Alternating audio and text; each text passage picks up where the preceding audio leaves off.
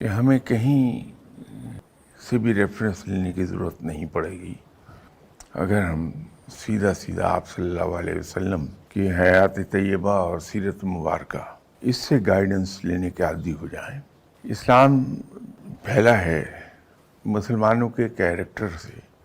आप सल्लल्लाहु अलैहि वसल्लम ने किसी को भी तालीम देने से पहले उसको ख़ुद अपनी ज़ात पे इम्प्लीमेंट किया है, एक प्रैक्टिकल मिसाल कायम की, उसके बाद किसी को नसीहत की है।